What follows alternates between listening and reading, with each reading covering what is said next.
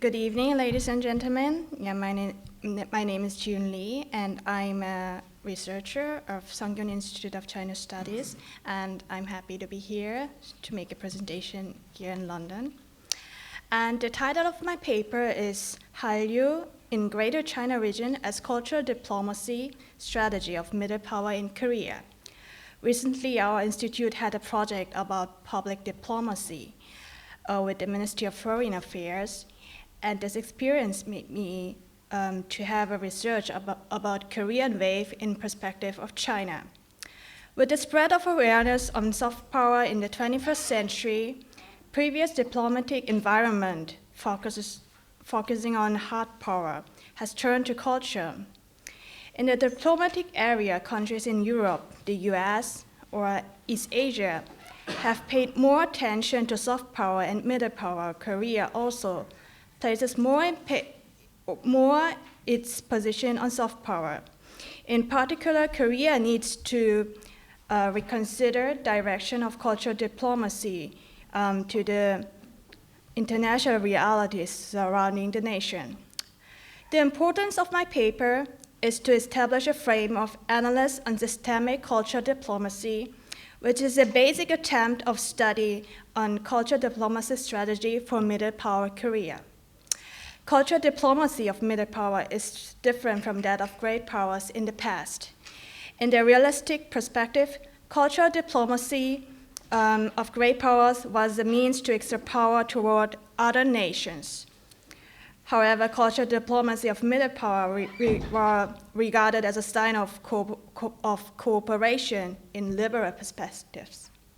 Especially liberal scholars argue that middle powers can be best defined according to the nature of their behavior. In fact, middle powers play a central role to cooperation through coordination of interest. That means middle powers play an important role to improve its relationship with other nations. My paper regards the international position of Korea as a middle power. The diplomatic goal of a middle power is to form multilateral cooperation. Korea is trying to make soft power to promote national benefits and improve its national status through Korean wave in the area of cultural diplomacy. The Greater China region, represented by mainland China and Taiwan, was the place which coined the term Korean wave or Hallyu. And starting from the Greater China region, Korean wave spreads into the world. And to the Greater China region, it is expected to be the greatest destination of Korean wave among countries in the future. Korean wave is called, it has Korean wave 1.0, Korean wave 2.0, and now it is being called Korean wave 3.0. And the Korean wave 3.0 is different, and it has an explosive power. Its range of consumption and spreading soft power is incomparable to a previous Korean wave. The recent drama, You Come From the Star, it was rejuvenated Korean wave in China, and the drama sensation spilled over the National People's Congress in China. During the meeting, the secretary of the Central Commission for the Discipline Inspection said, "Why can't we make TV dramas as good as the Koreans?" The power of Korean drama is in its application of traditional values and cultures. This shows an aspect of Korea's cultural diplomacy and soft power in Great China region. The strength of the spread of Korean wave in China was possible by the internet. The internet environment in China has greatly improved with wireless internet such as 3G installed nationwide. However, from 2012, the Chinese government banned airing of foreign dramas and films in prime time, which is from 7 p.m. to 10 p.m., for the purpose of suppressing the influence of foreign culture and raising cultural contents of China.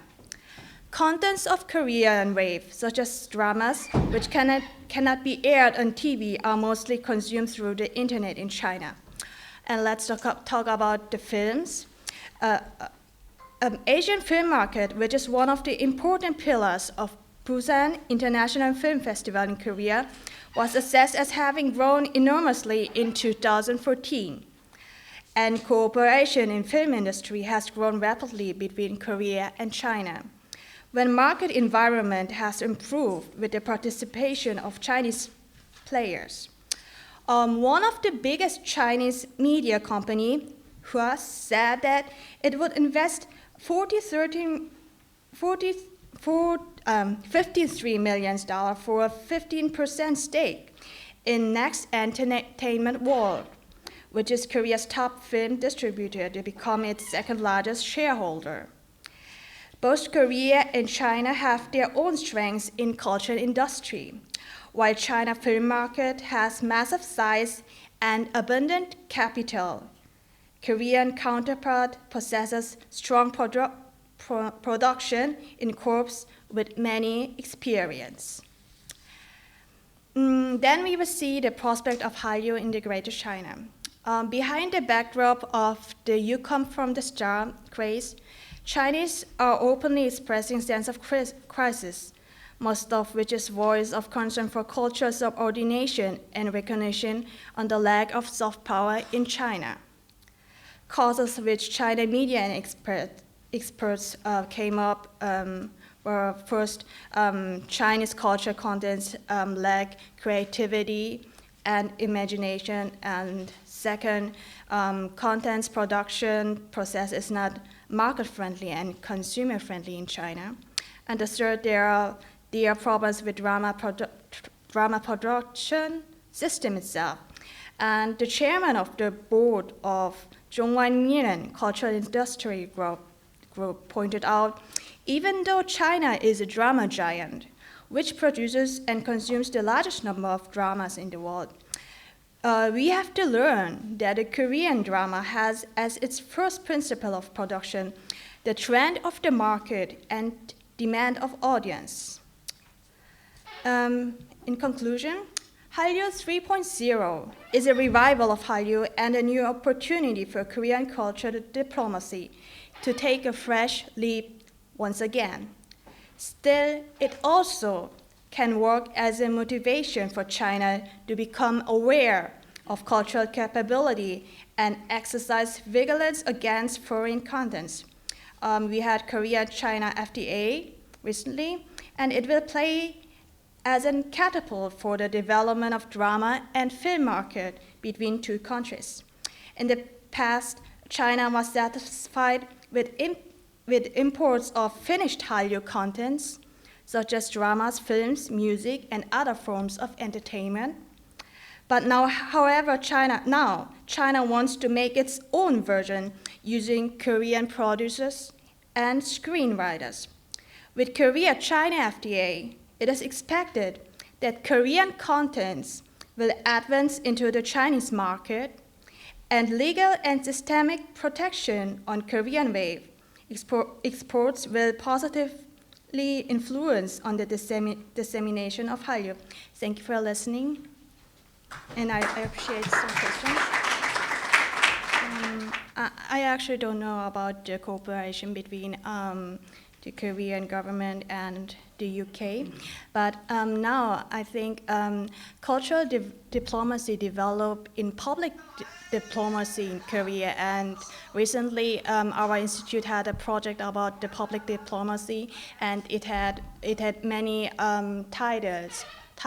For example, in introducing Korean people to Korean, what can I say, history books to European countries or another countries, and yeah, there were many projects, and it was one project was about the sports diplomacy in African countries, yeah, and then we made taekwondo and such kind of works. Yeah, and I think Korean wave is spreading, and the Ministry of Foreign Affairs is also trying to develop cultural diplomacy through one part of public diplomacy.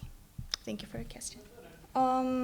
Recently, the Korean Foundation, the most successful case of the Korean Foundation, the work of Korean Foundation, was K-pop. K-pop in other countries, and they made many festivals and many cultural activity in different countries. Yeah, in Europe, I think it was about 136 countries maybe, and they made concerts of that, and they tried to connect the papers in the local papers and to publicize the concerts. And yeah, I think in Korea this was one of the great examples for the successful Hallyu in other countries. You go to different markets.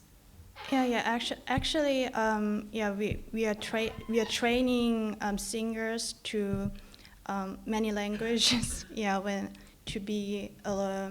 To be a star not only in Korea, and the training process is also very hard for them. So they can speak many languages because it is also a process of the part of their training for to be a singer, to be an actress. Yeah.